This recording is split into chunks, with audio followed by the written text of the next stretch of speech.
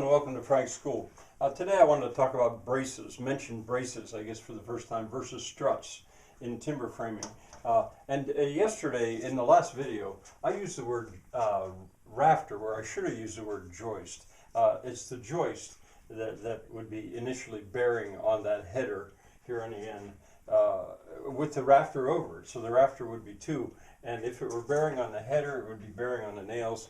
I can't really have that. The other thing too, I kept using the word flopping for this. Racking. I never know whether to put a W there or not, but racking is the more technical term for that. So I took care of that. Now let me show you something about this. I added to my little model here a corner brace. Two things, and now it does not rack. It does not rack very much because the corner brace is doing it. However, in the corner brace, it'll act like those structural corner covers that I've talked about. Now it still doesn't rack very much like it did before because I added a joint. I don't know if you can see this. By making this 3-ply, now there's a joint, and the shoulder of that joint is keeping it from racking.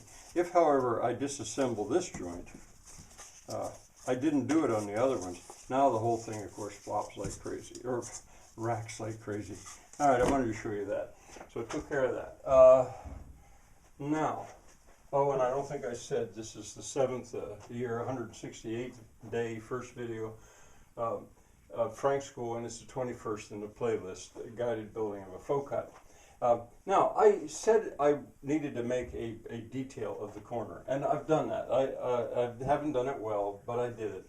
And in a way, I'm putting this on here as a record for me. I don't know if I'm going to go through and explain the whole thing to you. I don't know if I really need to. But a couple of things to say, though, is what was so confusing to me is the distance from there to inside the post.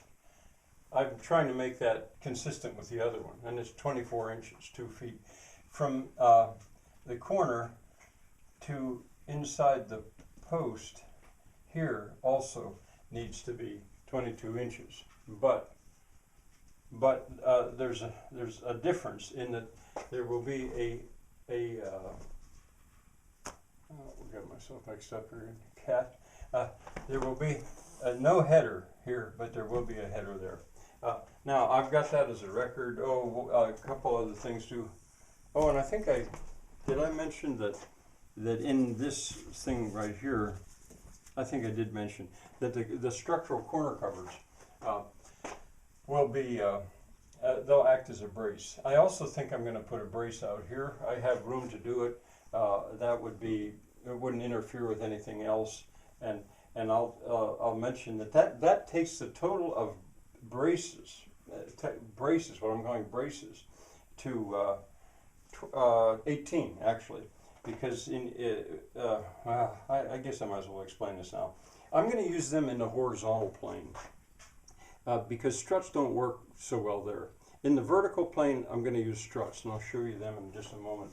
But in the horizontal plane, there'll be 4 corner covers at the rail level, 4 at the plate level, but -2 where the chimney is going to come up through the heating system, the kitchen stove and the chimney is going to come up through. So I'll lose 2 there. That makes 10.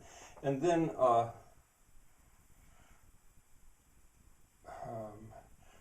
I think I'm sort of miscounting. But there are also on the side, in the vertical plane, there will be 8. There will be 2 in each corner, long ones. But they could be struts, but at first they're going to be braces.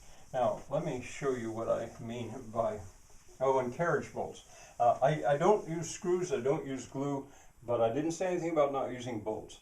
And right here, I'm going to end up, as the pins in those braces, I'm going to use carriage bolts. And I'll explain about that later when I get to them. All right, now finally, let me see if I can draw this. I don't know if I can. A strut.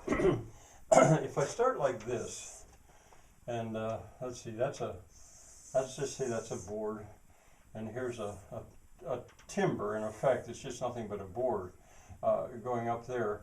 And if I double that up, that board out, now I've got that mortise that I call it, that pocket where that's going in. And imagine that I've done the same thing here on the bottom. So it can't